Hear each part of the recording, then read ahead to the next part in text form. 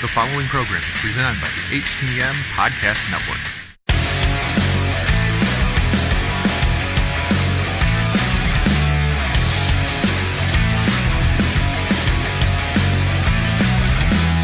Good evening, everybody. This is Robyn Nelson with another edition of Wrestle Popcast. And my guest tonight is Facade, the Neon Ninja. How's it going? Yo, how's it going? Pretty good. You've been a busy guy lately. Yeah, trying to spin kicking, backflipping, rope walking, dreadlocking, out there trying to take over the world. Hey, you're doing a good job as well. I just saw a match of yours online where you did a beautiful Doomsday Cannonball move at AIW. Oh my goodness. I keep trying to push myself, and see what I can do out of all these different, risky springboard rope maneuvers and keep trying to push the envelope. And that one was pretty sketchy, but glad you liked it. Oh, I did. I've seen you do all kinds of, crazy out of flights out of the ring. It's just amazing. Thank you. When I first saw you wrestle for the very first time, I saw you wrestle over at Ring of Honor at a Ring of Honor show in Columbus, where I saw you and Dani, were in a match together. And then after that, I saw you the second time over at Remix Pro Wrestling, where you were in a match with Pentagon and Phoenix. Oh yeah, the Lucha Brothers. That was a tough match there. Those guys, they know how to match my high flying and craziness. If there ever was another person to. Yeah, what's your chemistry with Penta? You've been in the ring with him other times as well. Penta, I feel like he is like the dark version of Facade. If Facade was a little more of a power type and a little bit, I wouldn't say heavier, but and then he's very much a dark ninja, as we're the Neon Ninja is a little bit of the opposite, but both in character and in abilities were very similar, but at the same time very opposite ends of the spectrum. Oh yeah, I totally agree with you as well. And speaking, you're part of Remix Pro Wrestling as well, another great wrestling promotion, and you're the Remix Pro heavyweight champion as well, and you're getting ready to defend your title against Christopher Daniels. I am. Current reigning and defending Remix Pro heavyweight champion. Second time that I've held the title, and this Saturday down in Marietta, Ohio, is a really big event that they have a couple times a year, the Throwdown for the Pound, that I'm going to be taking on Christopher Daniels in what could be one of his last singles matches outside of All Elite Wrestling. So really excited to see how everything pans out with this. Yeah, seems like it's going to be a intense, solid, crisp match as well. You guys are both great in the ring and very, technical as well. And since you've been wrestling over at Remix Pro Wrestling as well, it seems the fans love you to death as well. What's it like with the fan interaction over there at Remix Pro Wrestling? The fans in Marietta for Remix are one of a kind. They're very special. They're very, very good to me, and it's really a unique situation there where they've had many matches with me and some very high profile guys. Like I had a match whenever AJ Styles was the IWGP heavyweight champion on two separate occasions there. I've had a match with John Morrison. Was Remix Pro Tag Team Champions with Matt Hardy. They've seen a lot of crazy stuff from me throughout the years, and surprisingly, in those matches, you'd expect it to be more so along the lines of the guys like John Morrison and AJ that the crowd would cheer for, but you'd be surprised how much of the crowd was actually split in some of those matches whenever they were cheering. Yeah, what was it like to wrestle AJ Styles in the ring with his style of wrestling? AJ Styles is one of those guys that I saw when I first got introduced to independent style wrestling, and it was actually whenever I had first gone and visited the local independent company here in Pittsburgh, known as IWC. I saw AJ Styles, and I visited I went to the event because I was interested in getting trained, but I didn't know where to go, how to go about doing it, what have you.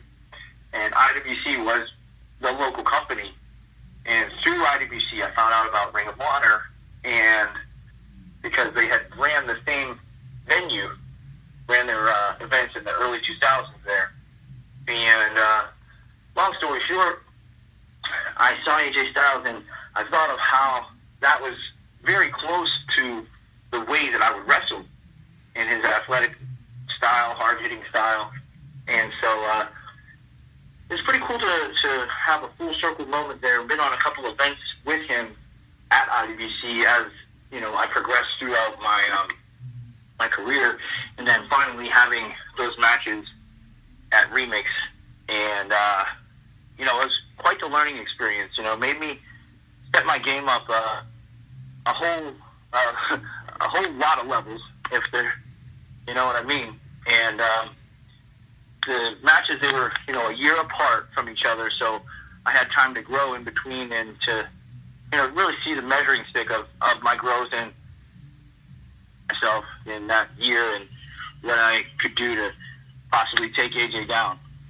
That's pretty good as well. Also, let's talk about, you know, how you met Dani Mo, how your relationship is, and your chemistry in the ring when you guys were the Neon Blondes. And by the way, you guys just had an anniversary as well.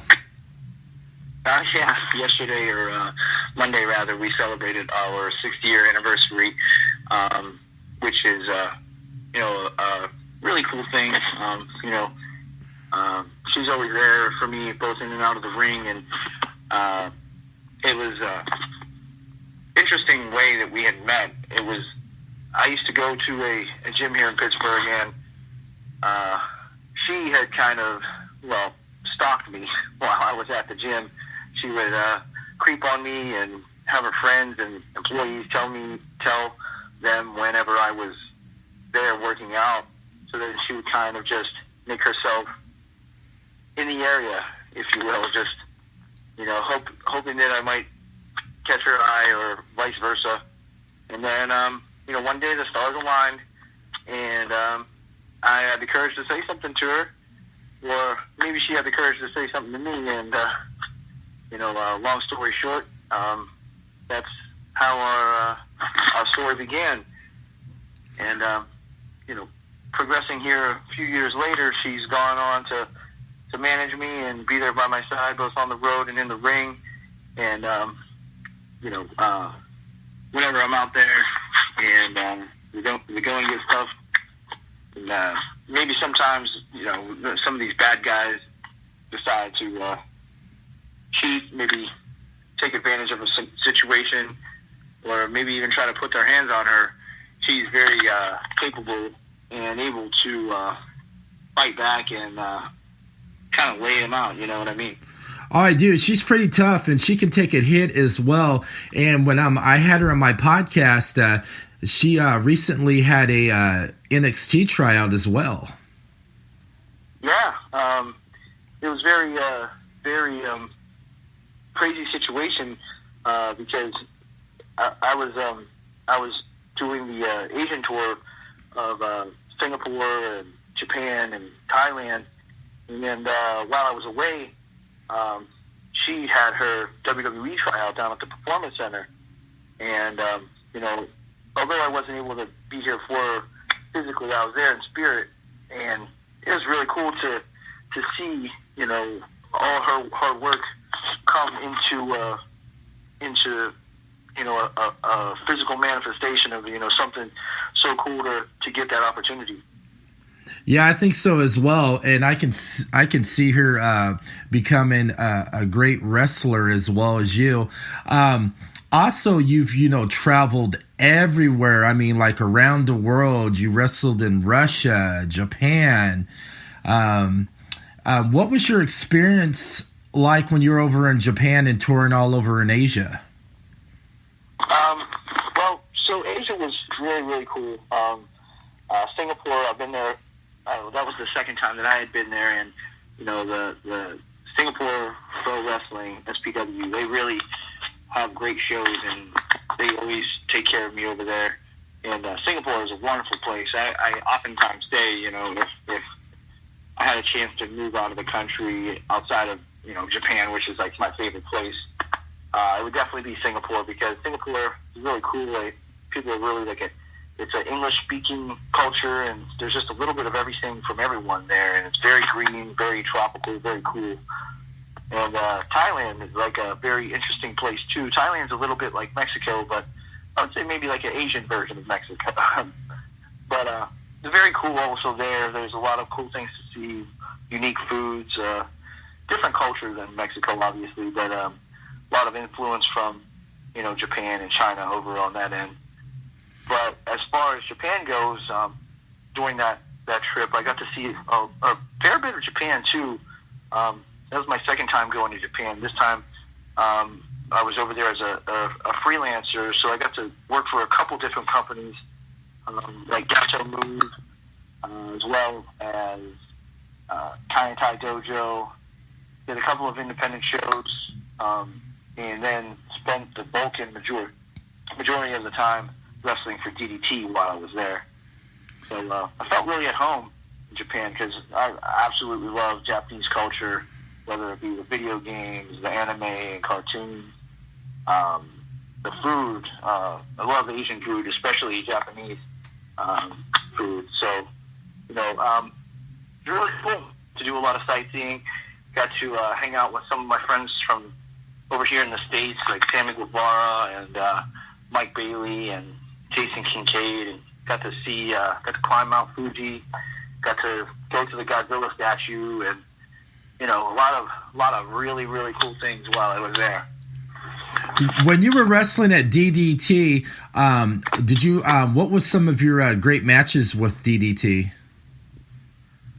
In DDT, there was one of my favorite matches was big. They're really big on having a stable or faction matches where you have 3 or 4 or even more of members of the stable in matches. And when I got there, I had been thrown right into the fire with one of the top factions there in the Renegades, which is led by Irie, who's now making lots of waves over here in the States and over in Europe. And so consists of Irie, Watase, Mizuki, Jason Kincaid, and Sammy Guevara.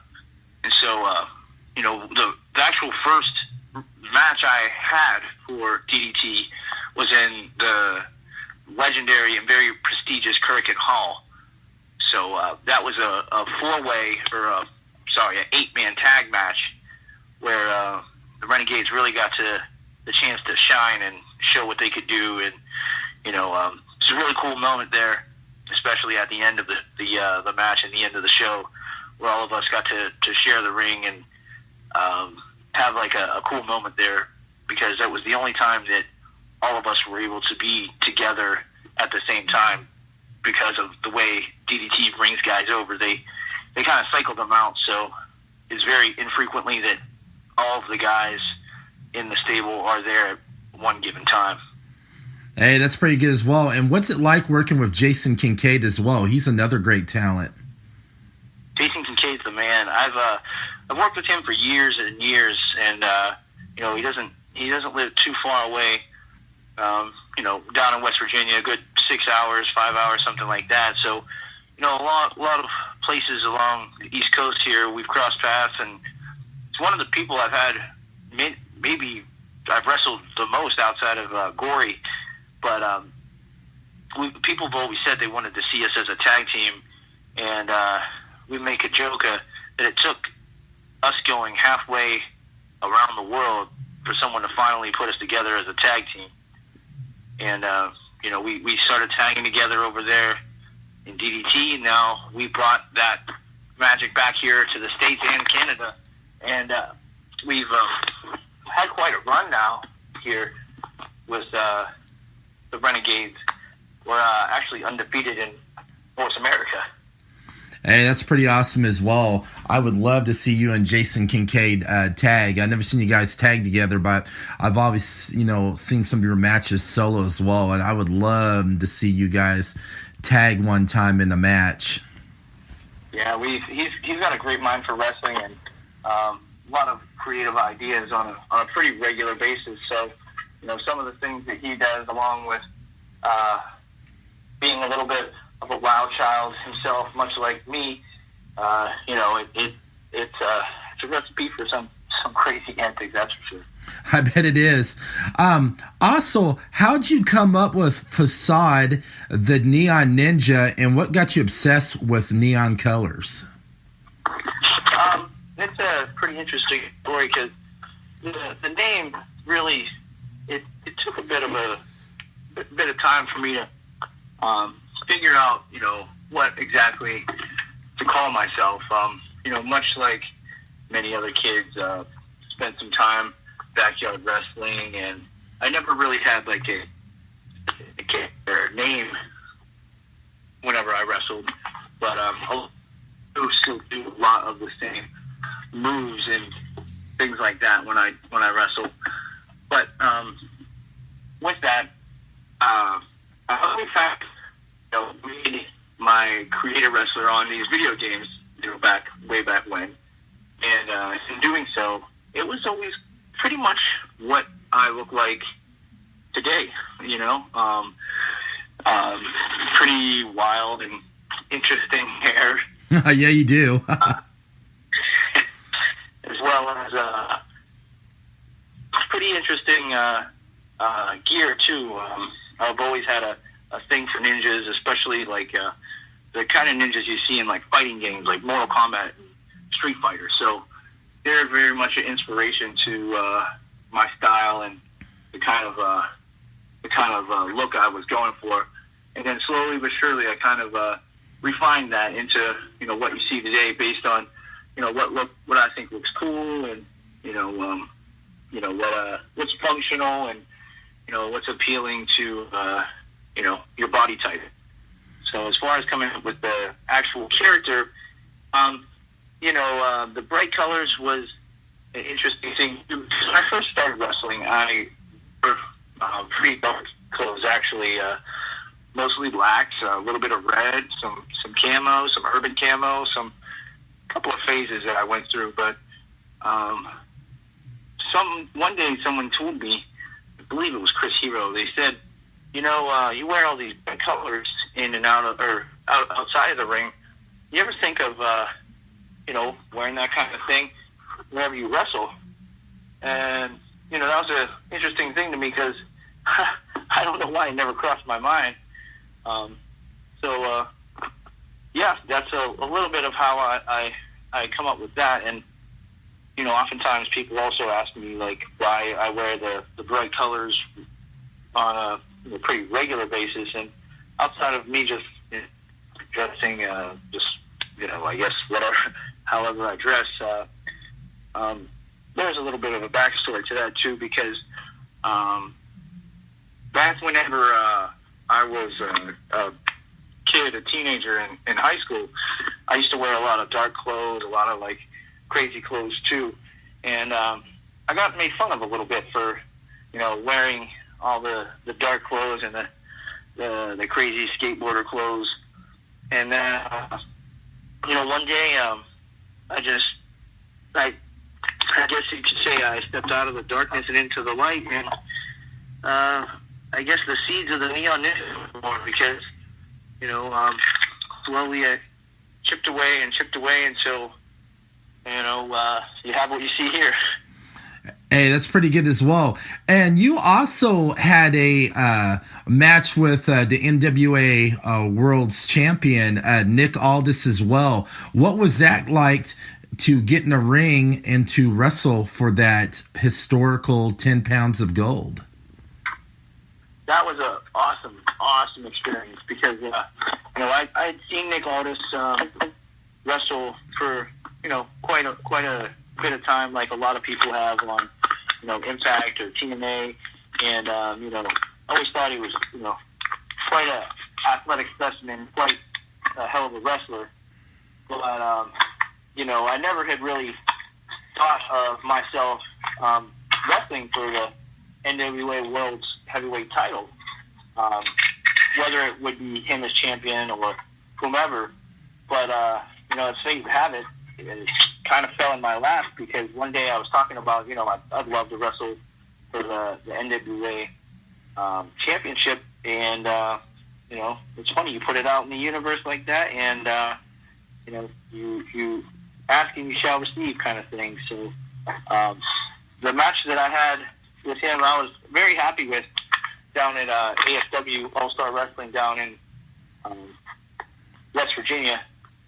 It was pretty good match, a hard fought match, but unfortunately I came up a little bit short, and so I don't have the 10 pounds of gold currently, as you can imagine, but let's just say that there may be a rematch in the works, and you never know what the future might hold.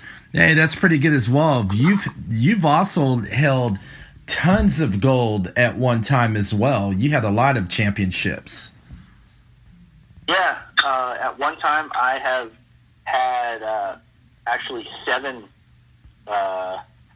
titles, independent wrestling championship titles, in about 2. I was the CWE Undisputed Champion in Youngstown.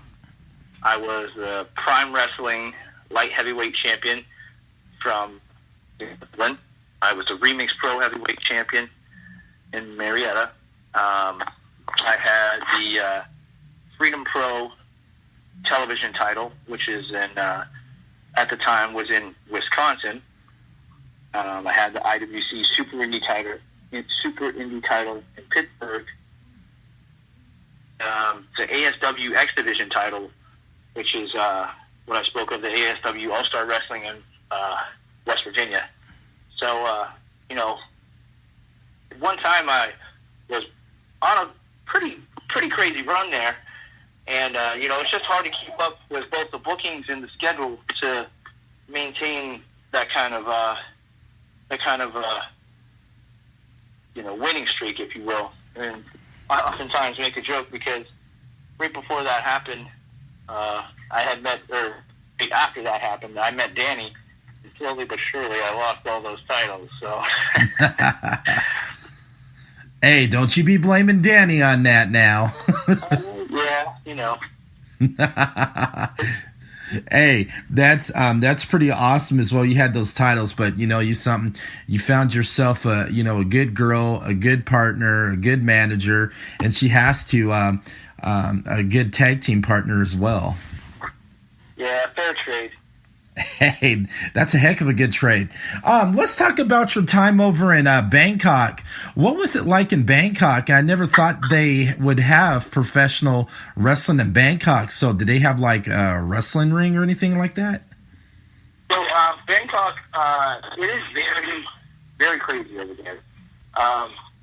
The thing that is pretty frequent in Bangkok is mat wrestling, which is actual ring.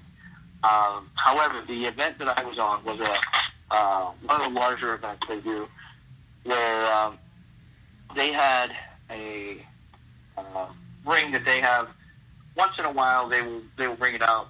They have a ring. It's just they don't always use it because of the situation. They try to preserve it as much as they can, and they use it for their big events. So. With that, they had this event, and guys from all over Southeast Asia, like from Singapore, from Taiwan, a couple of guys from Russia. It's pretty global kind of event. But Thailand itself is a really, really interesting place because there's a lot of like crazy technological things that are going on, but at the same time, there's a lot of like, rugged old school type things that you'll see too. Hey, that's pretty good as well. And speaking when you're not wrestling, and hanging out with Dani as well, you have a lot of hobbies as well. You're also a big Teenage Mutant Ninja Turtle fan as well. Yeah, I love me some Ninja Turtles. I love some Power Rangers. I love Ghostbusters. Yeah, there's video games, Funko Pop collecting. I dabble in quite a few things, but yeah, Ninja Turtles. I love the Turtles. It's kind of like one of those things that I kind of just adopted as a kid, like many others too. They had those kind of things whenever they were a kid that real nostalgic to them, and mine were the Ghostbusters, the Ninja Turtles, and the Power Rangers. And it's pretty good as well. So do you have yourself a big, huge Ninja Turtle collection? Surprisingly, no, not too many. I have a few, but my collection really lies in my. I have a lot of Pokemon collection. Oh, you're a big Pokemon player, huh? Yeah, Pokemon and Funko Pops. That's most of the things that I have a collection of. Yeah, those fun. I still have a few, Turtles and all those. But yeah, lots of the Funko Pops, lots of the Pokemon. Hey, that's pretty wild. Those Funko Pops are addicting. I have a huge Funko Pop collection too. I got tons, and then you keep on going to where it's like, man, I got to get this one and this one and this one. So, how big is your Funko Pop collection?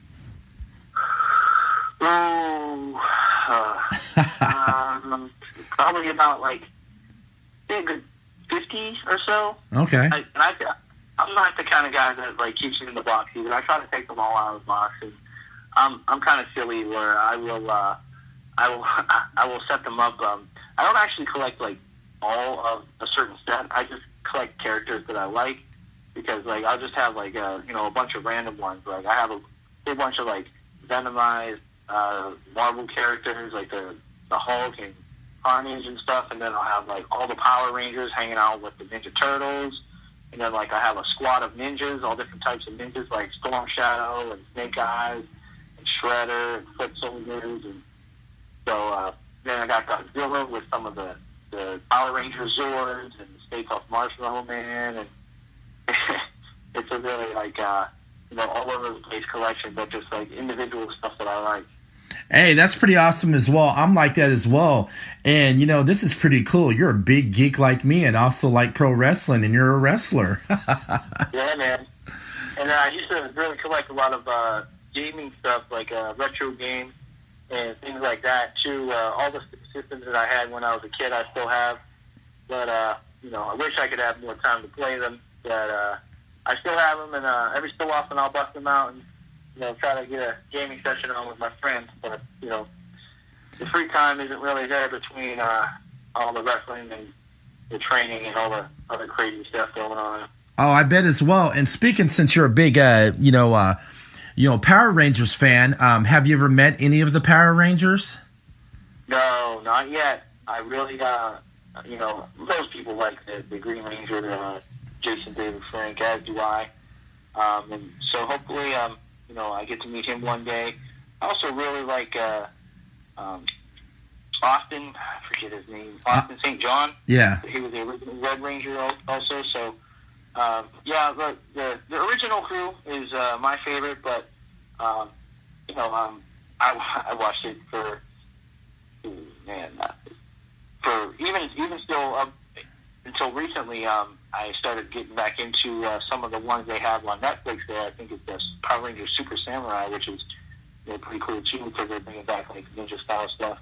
Hey, that's pretty awesome as well. They had some articles on Jason David Frank, and I think it was over in Texas. He's thinking about getting a ring and trying pro wrestling. Yeah, that'd be crazy, because like I know he had a friend. I think I've seen something about that too, where he was going to manage somebody, but then it turned into like he might actually wrestle. And then, you know, I would love to get a chance to fight a Power Ranger, you know. Hey, that would be an interesting match, a Neon Ninja versus a Power Ranger. How cool would that be? That, and the audience would be so popping as well. Yeah, I think we have a license to print money there, guys. Let's make it happen. Who we got to petition here? Oh, exactly. Maybe me and you should hit Jason David Frank on Twitter and be like, hey, man, how about you come wrestle my boy Facade the Neon Ninja? Yeah. That'd be a great place to have a Remix there, because Remix always has a nice crowd, and, you know, it'd be a great show for them and great exposure for both Jason David Frank and for Remix, you know? Hey, that'd be pretty good as well. You also have like a jacket or vest of patches of all the countries you've been to. I've seen a picture of it. It's kind of cool. Thank you. Yeah, I try to, you know, I could take a little piece with me, if you will, from all the places I've been to, kind of wear like my heart on my sleeve kind of thing, and, you know, wear it as like a badge of, you know, honor of, you know, being all these places, blood, sweat, and tears. Wrestling has brought me there, and, you know, I love to be able to represent that, you know, in a physical form every time I come to the ring, to show the world a little bit of the lucky accomplishments that I've had. That you have. I know you've been all around the world wrestling everywhere. What are some other countries that you haven't got a chance to wrestle at you would love to go to?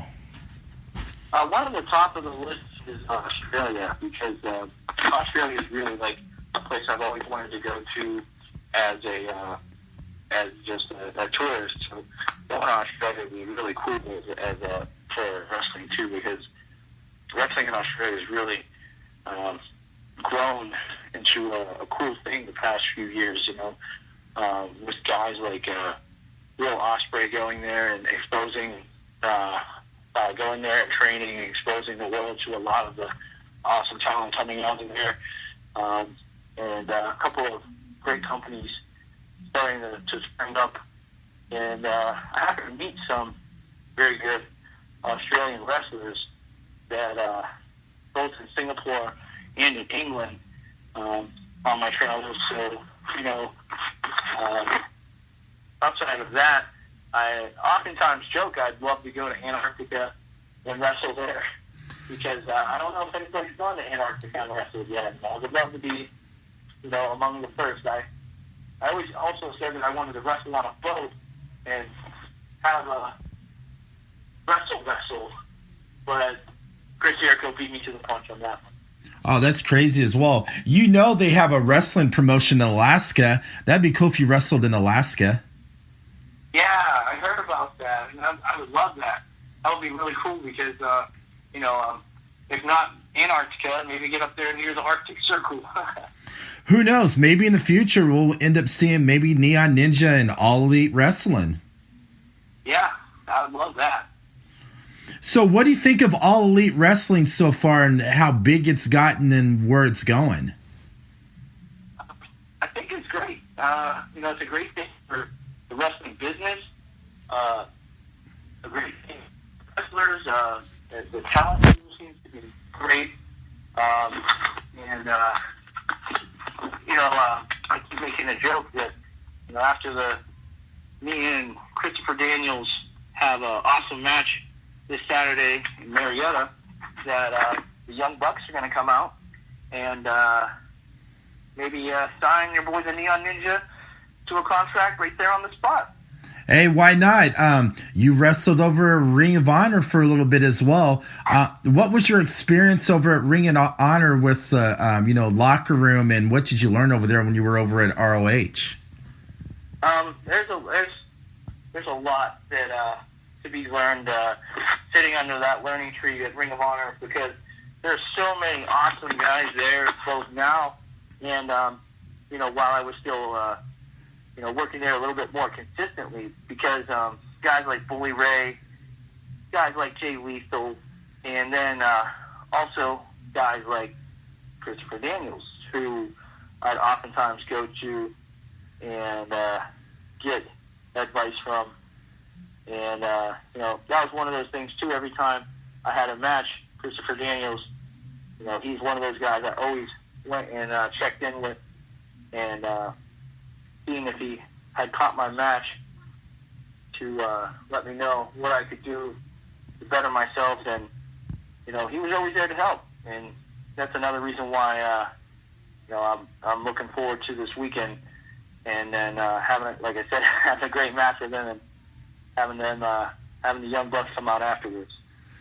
Oh, that'd be pretty cool seeing the were there too. Oftentimes they gave me a lot of great feedback because you know, I had some experience with them at Remix also. Whenever I wrestled AJ Styles, I had a moment of, after the match, we had like a post-match celebration with the Young Bucks, myself, Danny, and AJ Styles. We had a little bit of a surge party, as we would call it, because we always had, not always, but when Surge came back, I was doing a thing with Surge and doing like a in-ring celebration, a little toast after the match. If we had a great match, I did it in Remix, I did it in Russia, I did it in a lot of different places. And after the match with AJ Styles, the Young Bucks, Jason Gory came out, beat up me and AJ, and they were getting ready to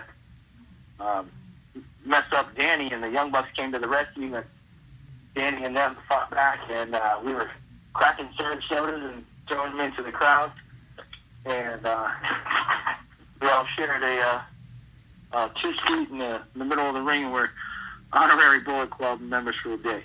And it's pretty good as well. Wouldn't that be cool if you were in a super kick party with the Young Bucks?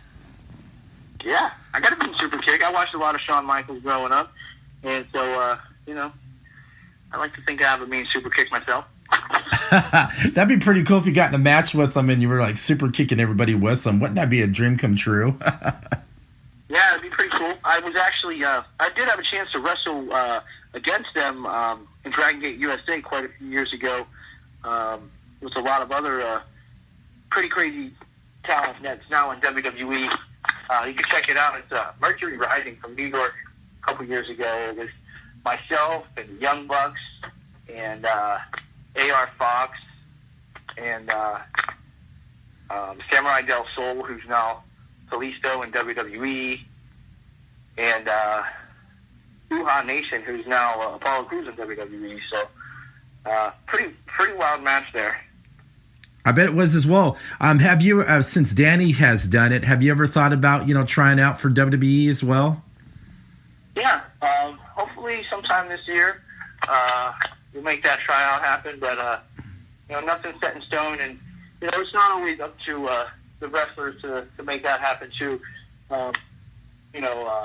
You apply, and oftentimes there's quite a big wait list or quite a big invite list that you have to go through in order to make it happen. So, hey, that's pretty good. I hope it happens for you in the near future as well. So where can everybody find you on social media if they want to know what you're up to next and some of your matches? Sure. You can find the Neon Ninja on Twitter and Instagram at the number 1 Facade. That's the number 1 FACADE. Also, onefacade.com. You can find merch and links to my schedule and other things like that on there as well. Pro Wrestling Tees, search Facade or Pro Wrestling Tees /Facade for some Neon Ninja merch on there. And if you go on YouTube, there's I do a little bit of matches, some vlogs, and some random things that you'll see other YouTubers doing. Like you'll have I do some streaming on my YouTube page. I do random unboxing, on my YouTube is the number 1 Facade Underground. Take a look at that, and you can see the whole assortment of both wrestling and outside of wrestling stuff on there. That's pretty good as well. I'm going to definitely check that out as well. And speaking of Surge, you and Danny like to drink that a lot, man. I'm surprised Surge is not sponsoring you. Well, the thing about Surge, we're very lucky. We actually don't get to drink it as much as we'd like, but we do like to dabble with the Bang Energy. So that's our new thing. We still drink Surge beer, but only on celebratory occasions. But however, we're very lucky. We do have a couple of sponsorships that people take care of us very well. We're sponsored by Zubaz, the pants that you always see us decked out in, the neon Zubaz. Pit Viper sunglasses, which are those awesome, damn near indestructible sunglasses. And then the Savage Stash, where you see a lot of people that have those fanny packs, and the concrete supplements from Era Sports. We got some awesome proteins, pre-workouts, and creatines that keep us looking jacked AF. That's pretty good too, and especially Zubaz. You and Danny look good in Zubaz. That's all I have to say. Funny thing about the Zubaz, like me and Danny, like whenever we first met, Danny was not really into Zubaz at all, and so it took a little bit of adjusting for her to get used to them. And then, funny enough, sooner or later, she started wearing them herself. Hey, that's pretty awesome as well. I have a friend who was in pro wrestling as well. His name was Ed Gonzalez, and he's a huge fan of the Zubaz as well. Awesome, yeah. It's fun, too, because a lot of times we wear them out and people will see them. And, old-timers like bodybuilders, weightlifters, they'll recognize them, and, they get a kick out of them, too. And I bet they get a kick out of the fanny packs as well, because some of those old... Yeah, absolutely. All right. Like I said, thank you for coming out of your busy schedule to come on the podcast and share your story with me and my audience. Oh, absolutely. Thanks for having me on the Wrestle Popcast. Sorry we couldn't make it happen sooner, and look forward to doing it again. I hope we did as well. And also, when you talk to Dani, tell her thank you so much. She's done a lot for me as well. Oh, absolutely. I'll let her know. She's taking a nap right now. We play early in the morning to do our personal training and kickboxing classes. So we have a weird sleep schedule. We're going to wake her up, and then we're going to do a workout ourselves. Hey, that's pretty good as well. And everybody else, thank you to listen to Wrestle Popcast. You can listen to my podcast, Wrestle Popcast, at Hitting the Marks Podcast Network, podcastcity.net, at podcastcity.net. Spotify, iHeartRadio, Apple Podcasts. And you can follow me on Twitter at WPopcast1 and Facebook at Wrestle Popcast. Everybody have a great evening. What's up, Popcast listeners? This is Jargo from the Hitting the Marks Pro Wrestling Podcast, as well as HTM Sports, right here on the HTM Podcast Network. Listen, if you love Robyn's show, then chances are you'll enjoy ours as well. We talk a lot of Ring of Honor, New Japan, MLW, AEW, NXT, WWE, you name it, we've got you covered. So hit that subscribe button. Be sure that you catch the Hitting the Marks Pro Wrestling Podcast, the weekly flagship, right here on the HTM Podcast Network. Hey, this is Stevie Richards. I'm here to tell you don't necessarily need all this equipment to get in the best shape of your life. All you need is this, a resistance band. I'm so excited to offer the 12-week resistance band training program to you, which features an interactive PDF with full overview videos, modifications, descriptions of all the exercises, scalability, no matter what fitness level or what age you are, the PDF scales the workout to you. Also, after your instant download of the PDF, you get full direct email support right from me, as well as access to a Facebook group with an awesome interactive community. I can't wait to help you take control of your fitness journey. So just put in StevieRichardsFitness.com, go to the store, and download the 12-week resistance band training program. Hey there. Do you like Ring of Honor? Yeah. Do you like Impact Wrestling? Sure do. How about independent wrestling? Of course, who doesn't? Do you like the WWE? Yeah, I can take it or leave it. Do you like Kim Kardashian? No. Good, because we don't talk about her here. This is Turnbuckle Talk. Member of the Hitting the Marks Pro Wrestling Podcast Network. Check us out on Podbean, iTunes, Google Podcasts, and all those other podcatchers by searching Turnbuckle Talks. You can find your friends at the HTM Podcast Network by searching Hitting the Marks. You will be glad you did, as Big Joe and myself, Carl Carafel, take you on an audible journey into the world of professional wrestling every week. With the HTM Podcast Network, you can listen to shows like the Wrestle Popcast, Tables, Athers, and Chairs, the PW Hustle, and, of course, the flagship show, the Hitting the Marks Pro Wrestling Podcast at hittingthemarks.com. So be sure to keep up with the greatest Canadian podcast duo and listen to Turnbuckle Talk. Good afternoon, everybody. This is Robyn Nelson with another edition of Wrestle Popcast, and my guest today is Paloma Starr. How's it going, Paloma? Doing pretty good. Thank you so much for having me on. How are you? Pretty good. You had a busy weekend as well, and you're pretty sore. I am. Just coming off a typical weekend. Wrestle Friday, Saturday, Sunday. Definitely feeling it today on this Monday afternoon, but I wouldn't have it any other way. That's pretty good as well. You were born in Northern California in San Jose. I was, raised down in Southern California, like around Bakersfield as well. But you grew up in a very crazy, dangerous city in Mexico called Juarez. Tell me a little bit about your growing up in Juarez, and then did Lucha Libre style wrestling get you to become a big fan? Yeah, definitely. So I'm definitely a Cali girl. But growing up in Mexico for about 8-9 years was definitely a different upbringing for me. When I tell people I grew up in Juarez, they're like, what? You made it out alive? Because, of course, Juarez is known for the whole decapitations, the whole cartel, and a whole bunch of negative things. But there's a lot of history there when it comes with Lucha Libre. And growing up, my favorite wrestler was Tinieblas and his mini Aluche. So that's the first type of wrestling that I was exposed to, and that was the only wrestling, honestly, that I knew till I was about 9 years old. So I actually got to meet my favorite wrestler, Tinieblas, when I was 7 years old at a grocery store. And ever since then, I knew that I was going to be a fan for wrestling for life, and I wanted to be involved in it in some shape or form. So it was really awesome being able to be introduced to wrestling at such a young age, going to lucha shows with my grandma and my mom, and meeting my favorite wrestler ever. So definitely a new, different upbringing than most, especially having to cross the border every day to go to school. When I tell people that I needed to cross the bridge and cross the border to go to school, they're like, wait, what? That's crazy. But for me, that was my normal, and I know I understand that, my normal is definitely not everybody else's normal, but definitely a cool, different upbringing that I'm very proud to be from this. That's pretty good as well.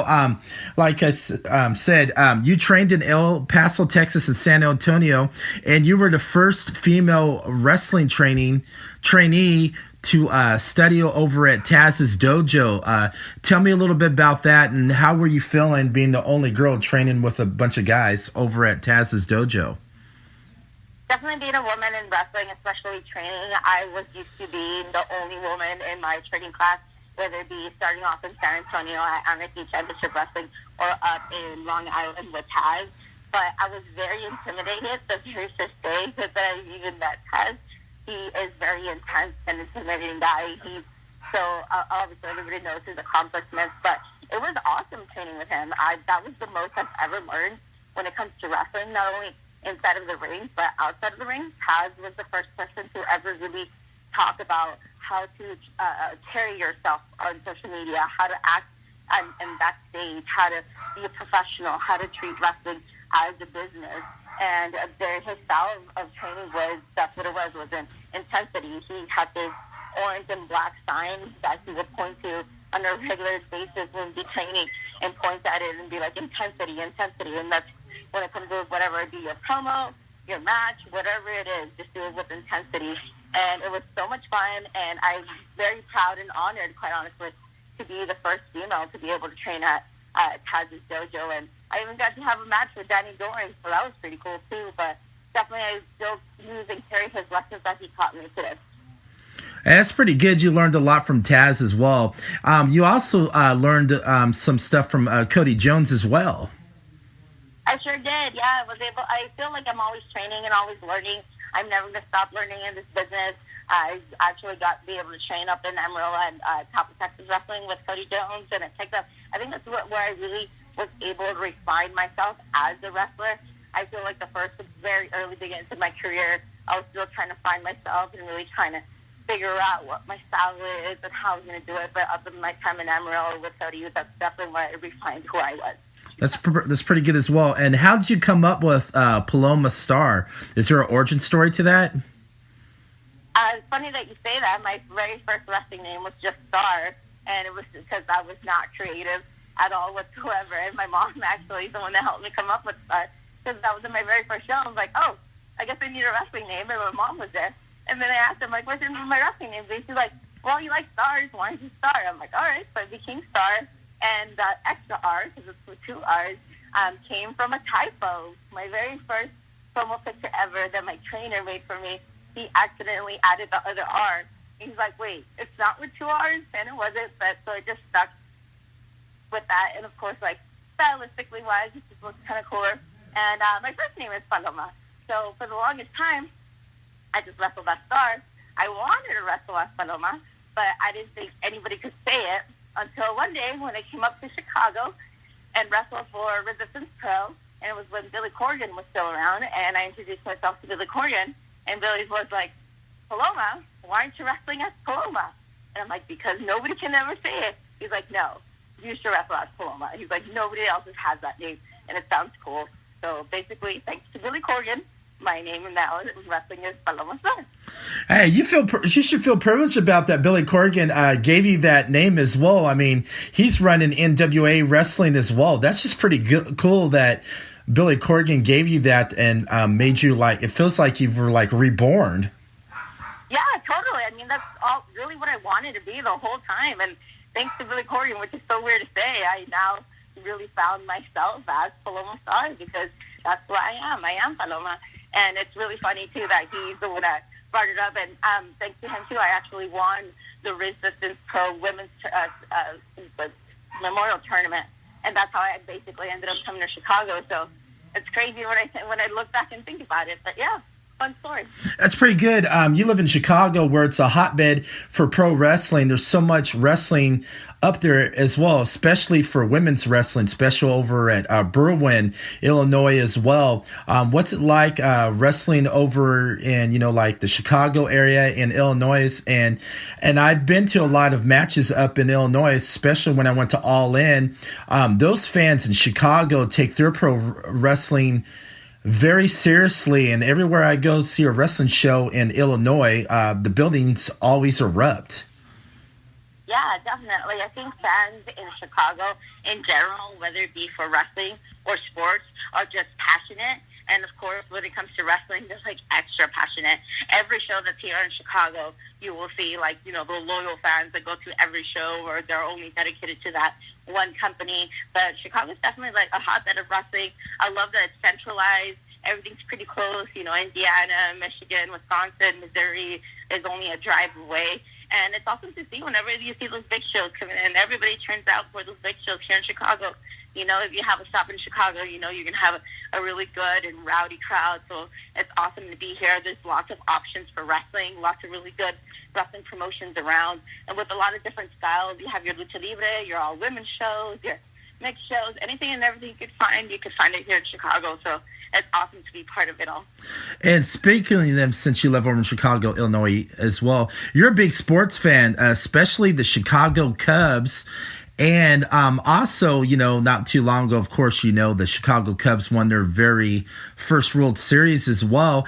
And what you were telling me is you witnessed all that. So what was that like for you? And what's it like to be a Chicago Cubs fan? Because those people take Chicago Cubs baseball very seriously. Not White Sox baseball, but Cubs baseball. Exactly. I'm a North Sider myself, so of course I'm a Chicago Cubs fan, and it's amazing. I was right outside of Murphy's bleachers whenever they won the World Series. It was like such a great experience. That's the most anxiety I've ever had from watching a game, and just to be part of it all was really proud and awesome, especially being part of the parade, where I think it was like the 5th largest gathering of humans in history, and was part of all that. So it was. Hey, that's pretty. I love being a fan, so it's really cool. Like I said, Chicago people are just passionate people, whether it be about wrestling or baseball. It's fun living here, and go Cubs. Hey, that's good. That's pretty awesome as well. Let's talk about some other places you wrestled as well. There's a great promotion in my neck of the woods called Battle on the Border Pro Wrestling, and you wrestled over there 3 times as well. And you're going to be coming to the upcoming all women's wrestling show in June over in Addiston as well. Tell me your experiences over at Battle on the Border Pro Wrestling, and what's it like to work with Denham Blevins, who runs everything.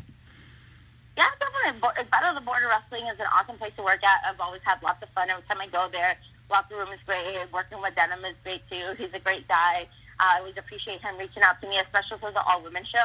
It's awesome to see so many companies in the area definitely celebrate and focus on women's wrestling, especially with how popular and how current it is right now. So it's great to see that. I'm glad to be part of it, and I'm glad that Battle of the Border is jumping on in and is having me be part of their all-women's show. I'm definitely excited and looking forward to that, and hopefully lots of people have a chance to go check it out. That's pretty good. Another big powerhouse woman over in Battle on the Border Pro Wrestling as well is Jocelyn Navarro. I would love to see you get in a ring with Jocelyn Navarro.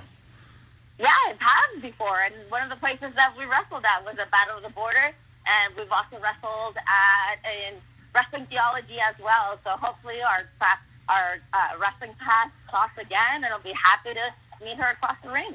Oh, I would love it. I like to see you give her a beating because she's a talented performer in the ring. I'm just tired of her cockiness, and she's the women's champ over at Battle on the Border, and she thinks she's badass. And then she's got her crazy guy not too far behind her, Brandon Xavier. Yeah, totally. Maybe I could come down and, show her a lesson and show her what's up with it. So I'll be glad to go to step in the ring with her. So we'll see. Hey, you never know. All right, let's talk about one of your biggest feuds lately with Pretty Little Cycle Shawna Reed. And she also has your leather jacket, and she's been posting pictures of her wearing it everywhere she wrestles and lets the fans wear it.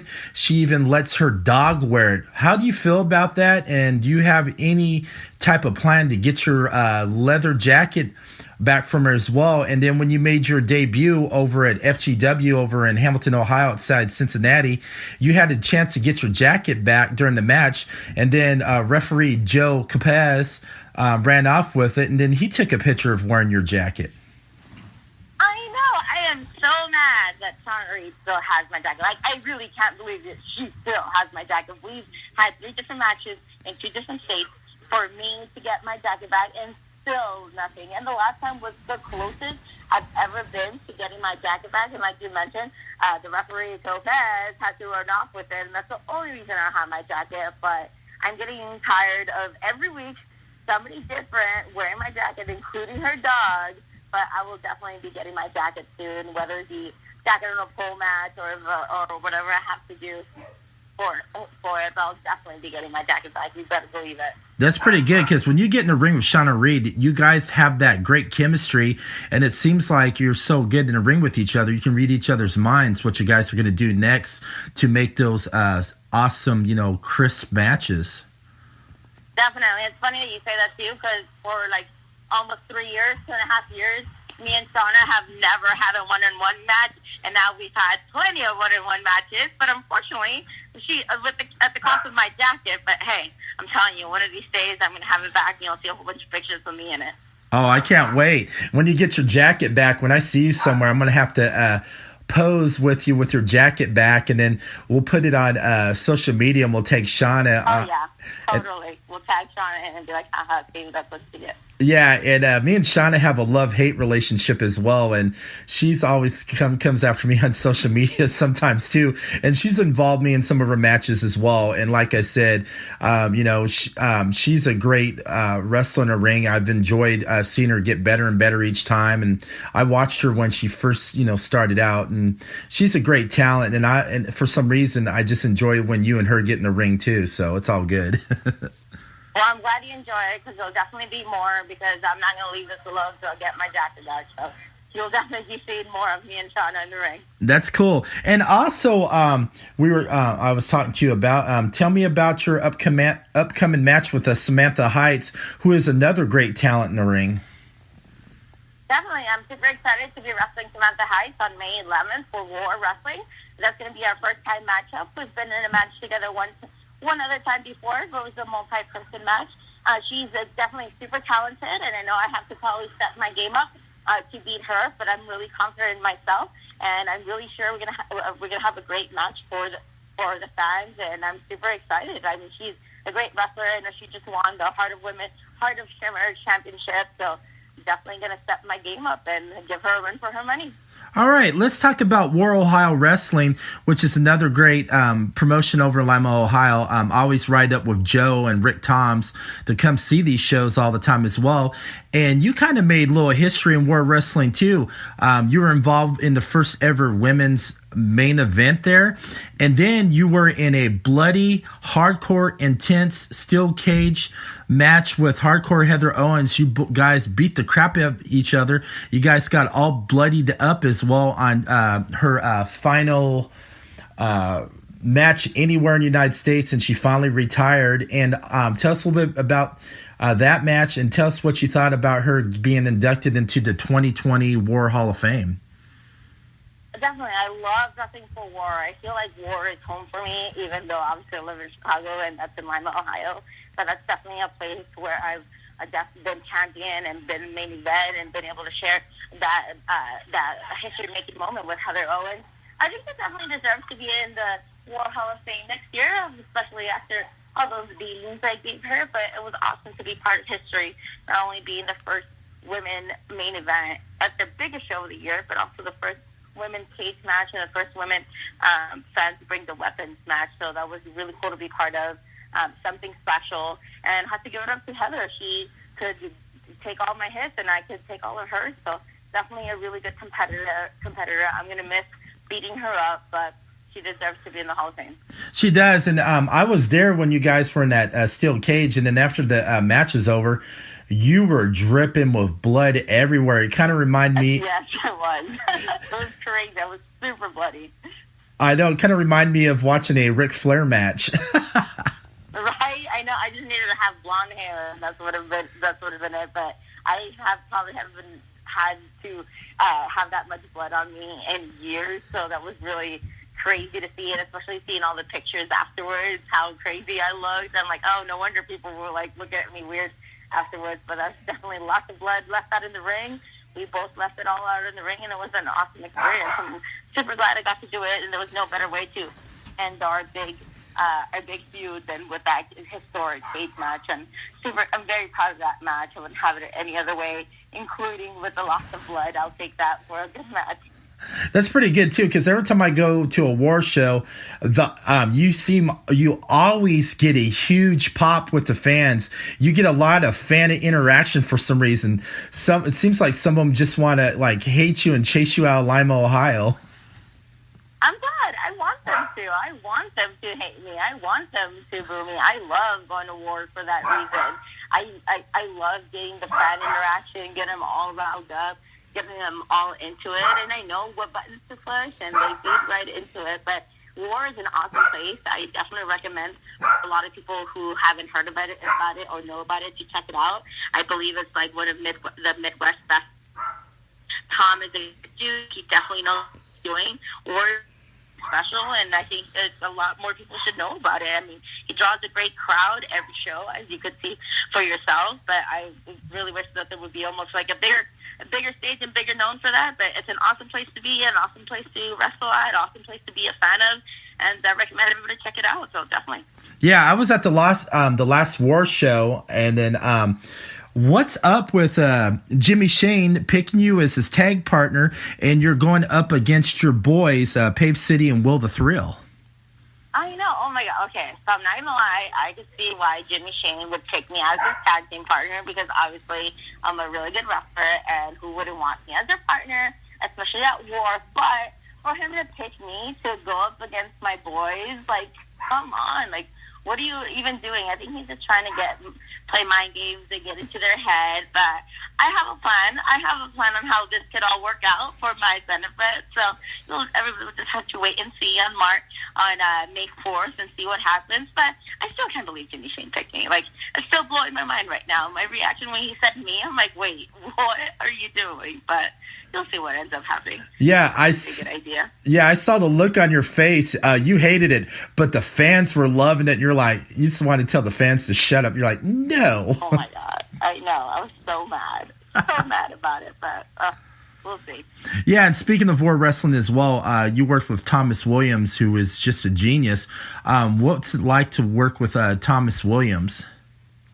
Tom is awesome. He is probably one of the best promoters I've ever had the chance to work with. He is so smart when it comes to wrestling, but also sees everybody as equal. Like, he didn't book me and Heather for the main event just because we were women. He booked us for the main event because we earned it. We worked our butts off, and the fans were really invested in our feud. That he said that he knew that this was the right thing to do. So that was awesome. And he always says he doesn't see women wrestlers as women. He just sees us as wrestlers.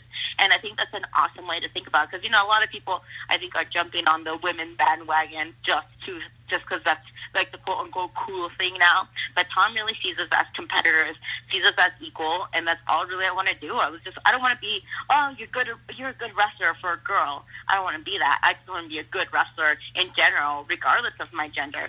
So I think it's awesome that Tom does see that. He puts a lot of work and effort into his product, and it definitely shows and it comes across. I mean, it definitely, you can see it in his product, you can see it in the quality of matches and the array of talent that there is at War. So I'm really glad and happy to be part of that. And Tom's an awesome guy.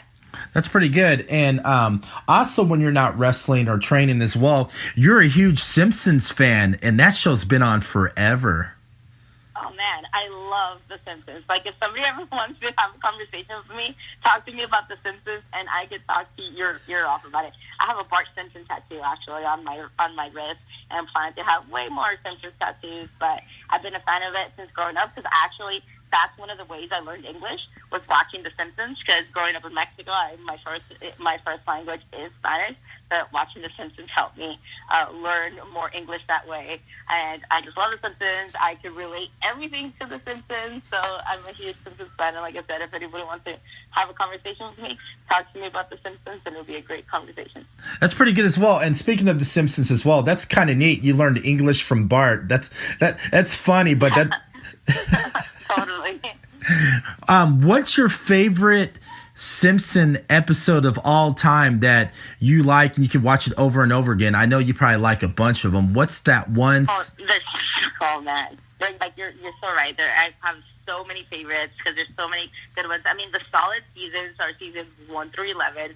Those are like the golden era of The Simpsons for sure. But my ultimate favorite episode, if I had to pick one, is King Size Homer. Whenever he gain a whole bunch of weight, so he'll become disabled and work from home. So he ends up getting a moo-moo, and that's like one of my favorite lines when he goes to the big and tall store. He's like, I don't want to look like a weirdo. I'll take the moo-moo. And when he's wearing that big old pink, blue moo-moo with the pink flowers, I just love it. Like, I could quote the episode all day. I could watch that episode all day, but I just love King Size Homer. That's an awesome episode. You should watch it if you haven't. It's such a solid episode. It's definitely at the prime of The Simpsons, but I love it. That's pretty cool as well, since you've got, like a Simpson tattoo as well. Do you collect any Simpson collectibles? I do. I collect all of Simpsons everything. I have a whole bunch of random Simpsons stuff.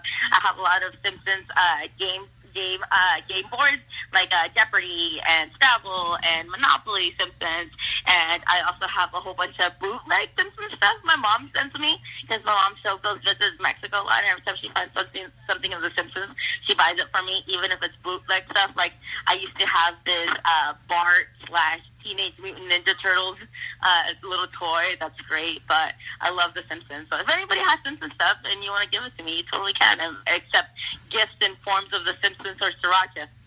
That's pretty good as well. And speaking of your mother as well, once you got into pro wrestling, how supportive was she, and does she come to some of your matches? Our early bird special starting April 17th. You still there? Yeah, you just cut out. Oh, yeah, because I heard some lady in the background talking about a sale or something. Oh, sorry about that. But no, I'm still here. Yeah, you cut out. You cut out, but go ahead. I can hear you now. Okay, now what I was saying, because that crazy interruption we had, was how supportive was your mom when you got into pro wrestling, and has she seen you in action in the ring? Oh, my mom is 110% supportive. My mom is probably a bigger wrestling fan than I am, which I think is really great. But she's definitely seen me in action. She loves seeing me wrestle. She still lives in Texas, so we don't get to see each other as much as I would like. But every time she gets the chance to see me wrestle, she definitely does. She gets so into it. She cheers me no matter what. But it's awesome to have the love and support of, you know, your family members, especially your parents, as far as my mom, she has my back. She sometimes thinks I'm crazy, but she supports and loves everything that I do. And every single time she gets a chance to talk to somebody about me being a wrestler, she definitely does. She pulls up a picture, she pulls up a video clip, and always showing off me being a wrestler. So I love my mom, and I'm so glad I have her support no matter what I do. That's pretty good as well. And also, you enjoy your English Bulldog, Rocco. Tell us a little bit about Rocco. Yeah, I have an English Bulldog named Rocco. He's 6 years old. He's awesome. He's super cute. You'll see him in my promos sometime. He'll be hanging out with me or even in my pictures. But he's awesome. I love spending time with him. He's super spoiled, and he's just super cute. So if you really have seen, check it out on my Instagram at Paloma Starr with 2 R's. You'll definitely see lots of pictures of my English Bulldog, Rocco. That's pretty good as well. Of all the matches you've been in a lot of matches. What was your most memorable Lucha Libre match that was so wild intense you could just still remember it today? Oh, man, that's a very good question. I can't answer that question without for sure naming the cage match that I had with Heather. I'll never forget that, just because, of course, being the main event, being her retirement match, and being so bloody, that was definitely a super memorable match for me. But another match that will always stick out in my mind is the time when I wrestled Mickie James. Mickie James is a super big inspiration. I grew up watching her, and being able to share the ring with her was so surreal to me. I was nervous, but it was so awesome, and that was definitely one of my dream matches come true, that I was able to wrestle Mickie James. So that was awesome. So when you wrestled Mickie James as well, what you learned from her, and did you guys have any great stories, sharing in the back dressing room as well? And I know you were probably trying not to mark out. Oh, yeah. I mean, I was so nervous. It was so funny because the first thing that the promoter told me whenever she introduced us was like, "This is Paloma, and she's super nervous." I'm like, "Oh, thanks." And that was Fred Irvin, which actually just recently passed away, which I missed so much, from OSW down in Texas. So shout out to him. But it was, I mean, what I learned from Mickie James is to have fun. She definitely saw how nervous I was. She's like, "Don't worry about it. Just have fun." Like, if you're having fun, everything else will come with it. And sure enough, and that's true. I let go. We just had fun, and everything else just came natural. It came back easily. And I had some great conversations with her, some very awesome, intimate conversations in the locker room that I probably can't share, but it was great meeting her. And even I actually got to see her at WrestleCon the next year, and it was pretty cool, her saying hi to me and remembering and talking about even of our match. So, and she actually ended up being a special guest referee for one of my matches again later on the next year. So we had some little bit of history there. So, hey, maybe along the line I'll get to see her again. But it was really cool learning from her. And like I said, it was like a dream come true. That's pretty awesome. Good for you. Also, in your career, have you had any regrets? My biggest regret in my career is definitely doing all those hardcore matches when I was very young, starting out in the business. I mean, I did everything that I could. Staple guns, light tubes, boards of barbed wire, mouse traps, you name it. I've done it, especially early on in my career, and that's definitely one of my biggest regrets that I've had was. All right. Early on in my career. Oh, I bet. I know. It probably was intense. I bet you probably have so many scars and bruises from all your hardcore matches earlier in your career. Funny that you say that. I have a big old scar across the bridge of my nose for having done a Taipei match, and I had to get 4 stitches across the bridge of my nose because my face exploded and my cut was so deep you could see my sinus cavity. Ooh, that's scary. I wouldn't want to see a picture of that. Yeah, definitely. So that was really intense. That was probably the most bloody I've been, even besides my cage match with Heather. So. Oh, that's pretty good as well. So where do you see yourself so far this year in 2019? Oh, man, I've been way busier than I thought I was going to be this year, not going to lie, which is awesome. I see myself keeping the pace going and keeping busy. Would love to have more triple shot weekends, just like this past weekend, even though if I end up sore on the next day, and on Monday, it's totally worth it. I definitely see myself wrestling higher caliber people, such as Zoe Sky that I just wrestled last week, or Samantha Heights. I definitely want to learn more, and I can't get better if I don't wrestle people who are better than me. And I definitely want to add a couple more states to my list. I've so far wrestled in 14 different states, so I'd love to have that state list grow. And hey, maybe I'll go international and make my way up to Canada. Oh, that'd be pretty cool. I would love to see you up in Canada. Canada is like a hotbed of pro wrestling as well. You'll fit perfectly up there in Canada wrestling as well. Do you see yourself wrestling like over in England, Japan? Of course, I would love to. That is like my one achieving dream that I want to. I want to wrestle in Japan. Like, if that's my version of making it. I think everybody's version of making it is different, and my version of making it is being able to wrestle in Japan, whichever promotion, any promotion. If I could just wrestle in Japan and train with them, that would be like my life would be made. I wouldn't have to do anything else, but that's definitely a goal of mine. And of course, like England and anywhere overseas where wrestling is appreciated, I would love to make my mark at. Speaking, since you've wrestled in 14 states, you want to wrestle, of course, in Japan and also in Canada, which I know you'll end up being in Canada wrestling and have some great matches as well. One question I need to ask you as well: have you ever wrestled any promotions in Mexico? Surprisingly, I have not, and that's really weird to me since I want to go back home and visit in El Paso. Mexico is just like right there across the border, but I have yet to wrestle in Mexico.